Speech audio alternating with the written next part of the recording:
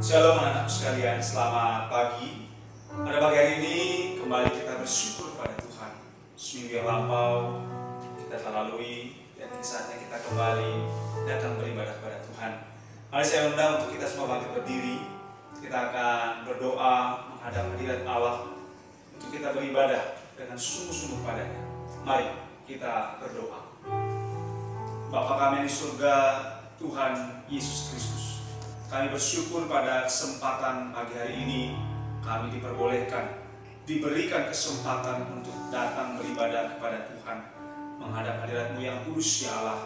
Mohon ampun atas segala dosa, kesalahan, pelanggaran yang telah kami perbuat, baik secara sengaja maupun tidak sengaja, untuk kata kami, tingkah laku kami, ya Tuhan, ampunilah kami. Bapa yang baik, sebentar kami akan datang beribadah kepada-Mu.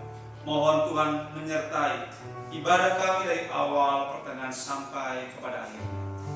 Kami serahkan seluruhnya ke dalam tangan pengasihan-Mu ya Allah. Di dalam nama Tuhan Yesus Kristus kami berdoa dan mengucapkan syukur kami. Amin. Makasih Tuhan, kita bersyukur. Lebih dari emas, lebih dari apapun, kasih Allah begitu. Pakailah aku Tuhan sesuai kehendak-Mu, seluruh hidup ini ku persembahkan hanya untuk-Mu. Murnikan kami, Murnikan aku Tuhan dengan api surgawi, bentuk bejana ini sesuai kehendak-Mu. Lebih dari emas, lebih dari permata, Kau buatku berharga di mata-Mu, Yesus. Agung dan mulia panggilan surgawi, menjadi terang kasih-Mu Tuhan. pakailah aku Tuhan sesuai kehendak-Mu. Pakailah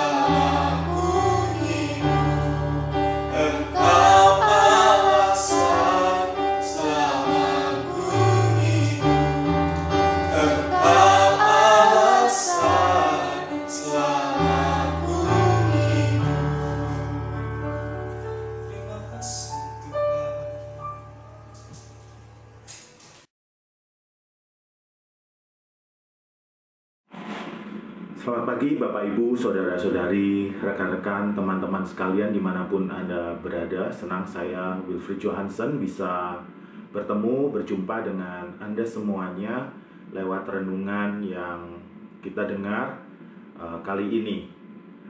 Bapak Ibu, Saudara sekalian, sebelum kita mendengarkan pemaparan firman Tuhan, saya mau mengajak kita berdoa terlebih dahulu. Bapa kasih yang di surga, terima kasih untuk kesempatan kali ini di mana kami masih diberikan kesempatan untuk mendengarkan sabda-Mu. Mohon Allah Roh Kudus menolong kami semuanya, baik hamba-Mu yang menyampaikan firman, kami yang mendengarkan. Allah Roh Kudus menolong supaya kami mengerti dan kami boleh dibantu, didorong, dikuatkan, dimampukan untuk menjadi pelaku firman dan hidup makin berkenan kepada Allah. Terima kasih ya Allah, ini yang menjadi seluruh doa kami. Dalam nama Yesus kami berdoa, mengucap syukur, haleluya, amin. Bapak Ibu, saudara-saudari, rekan-rekan yang dikasih oleh Tuhan, tema yang diberikan kepada saya di renungan kali ini adalah menjadi kreatif di dalam Tuhan.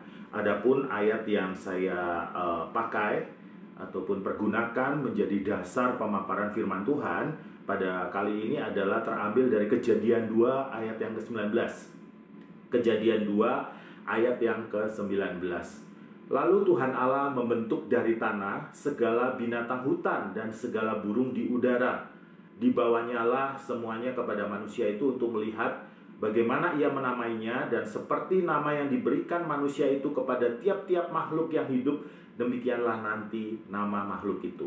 Saya bacakan sekali lagi ya, Kejadian 2 ayat yang ke-19. Kejadian 2 ayat yang ke-19. Lalu Tuhan Allah membentuk dari tanah segala binatang hutan dan segala burung di udara. Dibawanya lah semuanya kepada manusia itu untuk melihat bagaimana ia menamainya, dan seperti nama yang diberikan manusia itu kepada tiap-tiap makhluk yang hidup, demikianlah nanti nama makhluk itu. Nah, Bapak Ibu, saudara-saudara sekalian, berkenaan dengan kreatif, semasa pandemi ini saya menjadi kolektor dari masker. Ya, ada beberapa masker yang saya bawa di sini, dan semuanya itu menunjukkan kreativitas. Ada yang model buff seperti ini, ada yang modelnya seperti ini. Saya ada yang dari kain bahan jin, dan ini bisa dikenakan waktu saya mengenakan bahan jin. Ada yang bentuknya army look seperti ini, dan yang menarik juga ada yang berbentuk ini jaket dan juga masker yang dengan warna yang senada. Dan kebetulan ini bentuknya singa, harimau, dan jaket saya juga kebetulan harimau. Ada rekan di gereja yang memberikan hal ini. Terus ada model yang biasa seperti ini, tapi kalau rekan-rekan sekalian perhatikan, ini model khusus untuk orang yang berjilbab. Jadi bisa dikalungkan dan lalu diikat begitu ya.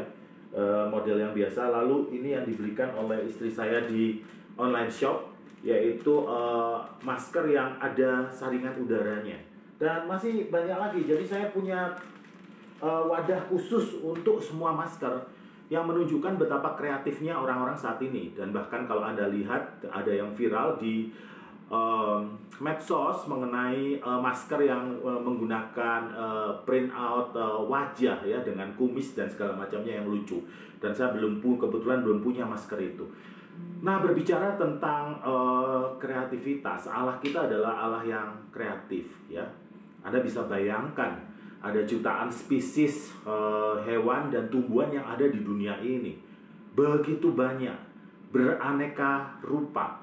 Dan perhatikan bagaimana dengan wajah setiap manusia yang hadir di muka bumi ini yang lahir. Tidak ada orang yang sama persis, walaupun bahan bakunya sama. Tetapi Tuhan dengan kreatif menciptakan manusia berbeda-beda, ya.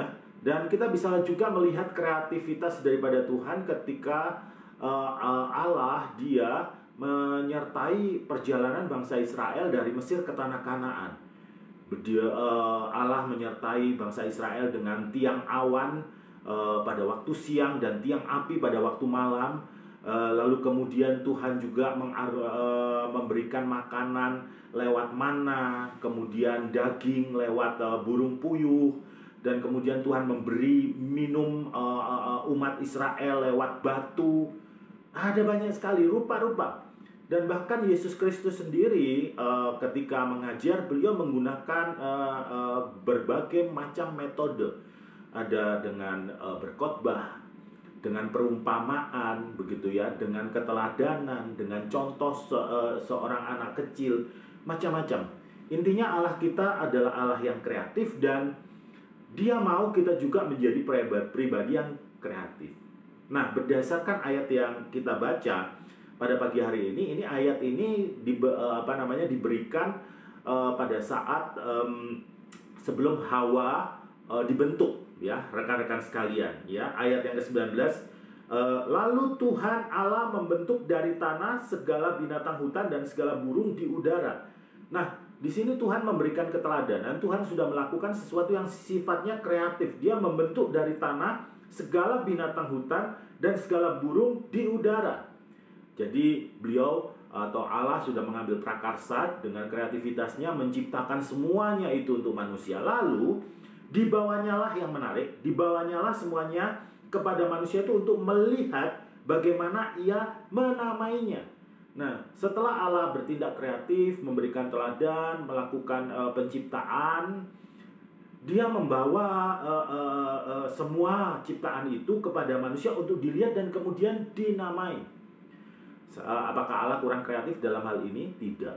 Tetapi Dia membawa itu kepada manusia, menghendaki supaya manusia dengan kreatif, dalam hal ini Adam, menamai itu semuanya. Ya, Bapak Ibu, saudara-saudara sekalian. Dan akhirnya di penjelasan selanjutnya ada tertulis, dan seperti nama yang diberikan manusia itu kepada tiap-tiap makhluk yang hidup, demikianlah nanti nama makhluk itu. Jadi dengan kata lain, Tuhan ingin melihat bagaimana kreativitas manusia itu untuk menamainya. Jadi bukan untuk manusia sekedar berleha-leha, bersantai-santai, tapi bahkan kalau kita mau mundur di ayat sebelumnya, di ayat yang ke-15 terkatakan, Tuhan Allah mengambil manusia itu dan menempatkannya dalam Taman Eden untuk mengusahakan dan memelihara. Nah, ada kata mengusahakan dan memelihara. Nah, kalau manusia ditugaskan untuk mengusahakan dan memelihara, itu tentu saja membutuhkan proses kreatif, ya. Jadi artinya bahwa Tuhan tidak ingin manusia berpikir atau bekerja dengan cara yang itu-itu saja. Ada istilah yang terkenal yaitu think out of the box, ya. Nah, artinya teman-teman, kita sebagai manusia yang diciptakan segambar dan serupa dengan Allah, di mana Allah kita adalah Allah yang kreatif. Dia ingin kita juga kreatif seperti Dia. Nah, tetapi kemudian saya tiba di bagian terakhir perenungan saya. Intinya adalah sebenarnya ada orang yang bilang begini, sebenarnya saya itu kurang kreatif, begitu ya. Apakah benar demikian? Ingat, seperti yang saya katakan, kita diciptakan segambar dan serupa dengan Allah. Artinya ada kreativitas di dalam diri setiap kita. Cuman masalahnya tidak semua orang mau mempergunakannya. Nah, kenapa jadi kita bisa berpikir kita tidak kreatif? Karena ada salah satu blocking, ada salah satu penghambat, dan penghambat itu adalah kemalasan. Ya, seperti yang tercatat di dalam kitab Pengkhotbah. Pengkhotbah 10 ayat 18 berkata begini, oleh karena kemalasan runtuhlah atap, dan oleh karena kelambanan tangan bocorlah rumah. Nah, artinya Tuhan sudah menyediakan semuanya buat kita. Dan Tuhan sudah menaruh potensi kreativitas itu di dalam diri kita. Tetapi kita terlalu malas, tidak mau berpikir, tidak mau. Dan sebenarnya kreativitas di dunia ini tidak ada yang orisinal, ya. Kebanyakan orang menjadi kreatif karena dia pernah melihat, karena dia telah belajar, karena dia telah mendengar dari sumber sebelumnya yang sifatnya kreatif, dan kemudian dikembangkan, direplikasi, digandakan, dan kemudian diberikan tambahan di sana dan di sini. Tetapi ada banyak orang yang malas untuk melihat, malas untuk berpikir, malas untuk belajar sesuatu lebih lagi, dan itu membuat diri yang bersangkutan tidak kreatif. Jadi teman-teman sekalian, agar kita tetap bisa bertumbuh dan mengalami peningkatan, tetap rajin, ya, dan berusahalah kreatif dalam apa yang kita usahakan, ya. Intinya Tuhan mengharapkan kita selalu berpikir kreatif dalam bekerja. Demikian rekan-rekan sekalian, renungan singkat dari saya, kiranya menjadi berkat.